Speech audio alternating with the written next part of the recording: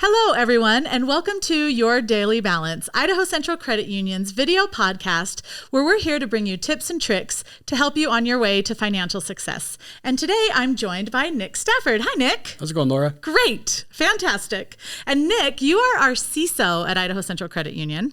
Correct. Which stands for, let me get this right, Chief Information Security Officer. That's right. And that sounds very serious. Well, it is very serious. I know, that's right. So really, tell us about what you do. Well, information security is one of the fundamentals that we have in financial institutions these days. So my role is to oversee the information security environment of ICCU. That's awesome. And I know we're going to talk about a little bit what Idaho Central does to protect our member information, but really the key that we're going to hit on today is how members and non-members can protect their information from fraudsters and what fraud looks like, right? Correct, yep. That'll be great. So first of all, how are people trying to access information from members and non-members? Specifically, I think today, financial information. Sure. Well, the most common technique, or one of the most common techniques, is called social engineering. I could give you my firefighter example if you like to hear I would that. love it. So an example of social engineering would be if you're at a grocery store and I come running up to you and I've got this panic look on my face and, I say, hey, I'm with the fire department and we've just gotten a call that your house is on fire. If you want to give me your house keys, I'll go take care of it. And I'd be like, yes, here they are. Right. I mean, yeah, my kids are at home. Go save them. Right. Yeah, So the concept is to generate a sense of urgency about something that's important to get somebody to do something they might not normally do. So right, because I've just given my keys to my home to a stranger. Exactly. And it's very, very similar with your financial institution. Right. Fraudsters will often send a message or call with a message and let you know that, hey, there's a problem with your financial institution. Your accounts have been frozen, something along those lines, and you need to click on this link in order to fix it.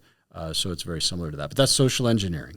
Right. And I know we're going to talk about specifically 3 today: phishing, vishing, and smishing.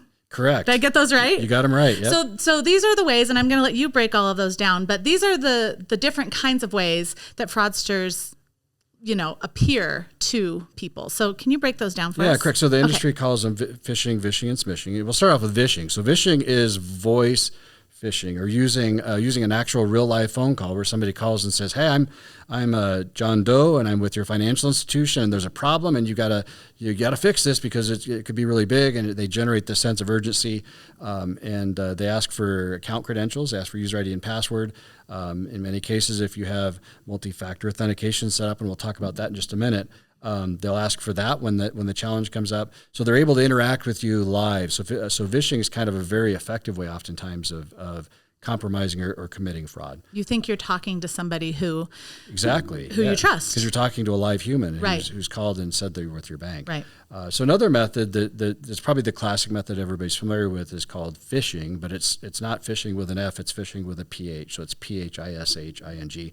And that's to use email. And everybody's probably got some familiarity with this, but in many cases it's you get an email from from your financial institution, or maybe from the IRS, saying there's a problem with your tax return or your financial institution. And it's a similar concept. They're trying to generate some sense of urgency and fear. And it always includes a link, and the link in all cases doesn't go to the original site. It goes to an impersonation site. Right. And then smishing. Smishing is the latest one that we've been seeing a lot of. It's the one we see the most of these days. And smishing is using SMS or text messaging to create the same kind of a concept. So you get the same kind of a message using text, and it's obviously easier for people to click on links that way. Right. And how do you tell when one of these things is vishing, phishing, or smishing? Yeah. Well, so we've talked a little bit about it. Some of it's they're attempting to generate a sense of urgency. That should be a good indicator that something strange is happening. And almost in all cases, there's a link of some sort, or they're asking you for your credentials in order to execute something. And your financial institution doesn't do that. We don't want to know your password. We don't want anybody to know your password except for you. So if that's happening, then that's a clear indicator that you've got some fraud happening. And the other one too, and obviously the case where you're following a link, it will always take you to noticcu.com. It will take you to some other impersonation site. When you look at the URL, or the domain, it might be bobshamburgers.com/ICCU or something like that, but it won't be the authentic ICCU.com website. Right. And sometimes those can even look like the ICCU.com website, but just be really careful about what's listed in that URL area at the top, the address bar of the website, right? That's correct. The fraudsters have become very good at copying and creating copycat websites for financial institutions or the IRS, for example, and some others. So in those cases, it's very easy to make it look like the site, but the URL is still not the website or the authentic site that the fraudster is trying to get you to go to theirs. Right. So what happens if I do see some of these things? Should I take action on them? Should I ignore those? What should I do to, help myself or help the credit union, catch these fraudsters faster? Yeah, no, that's a great question. We have an email account called abuse@iccu.com that is designed to take down these copycat sites. And it's monitored 24 hours a day, 7 days a week, 365 days a year, holidays, everything.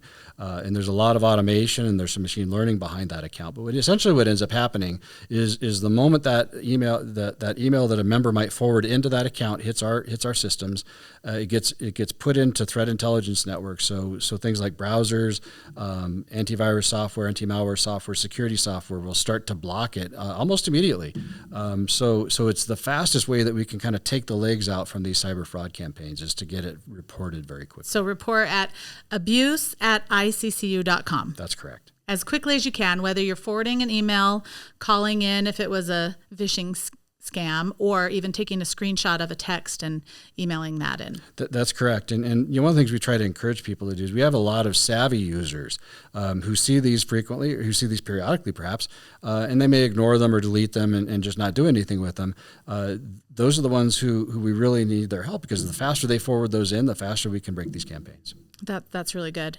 And what happens if you have already clicked on a link? What if you click on a link and you're kind of getting in there and you're like, no, this doesn't feel right, and I feel like I need to do something about this. What should I do? Well, if you've clicked on a link and you've only clicked on the link, in most cases you're fine. If you've clicked on the link and you did key in your user ID and password and then realized, oh my goodness, I think I just got scammed, then you've probably lost your user ID and password.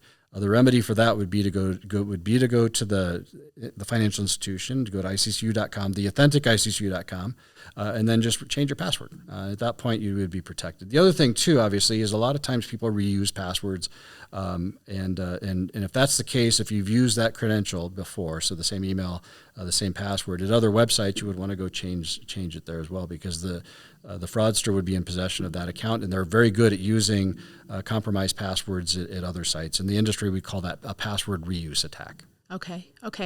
And then you have mentioned multifactor authentication a couple of times. Correct. So can you tell us more about what that is and how people can use that to protect their information? Yeah, let's de-nerdify that word a little bit. So multifactor authentication sounds like a really geek word, and it's a lot. And interestingly enough, the latest data I've seen says that only about 53% of Americans are using multifactor authentication. So it still needs to get out there.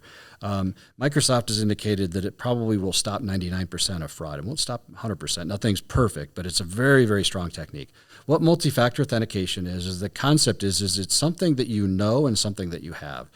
So if you can imagine that you have a user ID and a password, the password it's in your mind, and then the something you have would be something that requires to be in your possession, so your phone. So the most classic example that people are probably familiar with is when you go to log into a site, you use your user ID and your password, and then you get a text message to your phone that says, here's a code, a one-time code to put in, and then you put that one-time code in. Then what the site knows is it was really you because you had your phone. So it's very hard, obviously, to compromise both somebody's password and get a hold of their phone. Or their multi-factor component. So that's why multi-factor is so powerful. Right. And then setting that up on a lot of different platforms. Anywhere that offers multi-factor authentication, you should take advantage of it, right? Yeah, we recommend that for sure. Your financial institutions, almost every financial institution I'm familiar with has that.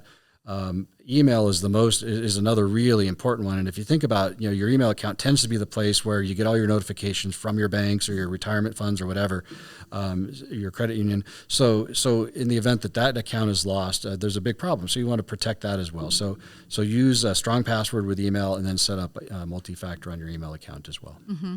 And one of the things I really wanted to make sure we hit on today, and I know you did too, Nick, is sharing this information with people in your family or friends and family members of yours, right? Because there's people who are more susceptible to fraudulent attacks, maybe people who don't understand it as well. So can you talk about that a little bit, about how to share this with your friends and family? Yeah, of course. It's super simple.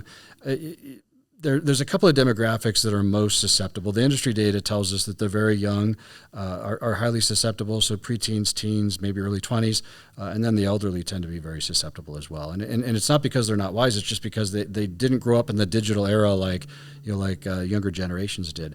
So it's important to have conversations about being cyber safe with these demographics and these categories. And take just a minute to remind people that it's important to be careful in that space, not to key in your credentials off of sites that look like, when you get a link or a strange kind of a message like that.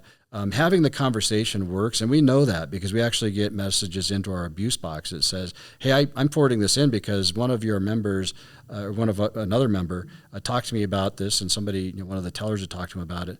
And now I'm kind of thinking that this is fraud, and you look at it, and it really is. And so the awareness part of it works. So it's important to have those conversations with those who are most susceptible. Well, thanks, Laura. It's been great visiting with you. Thank you. Thank you so much. Is there anything else that we didn't cover that we should hit on?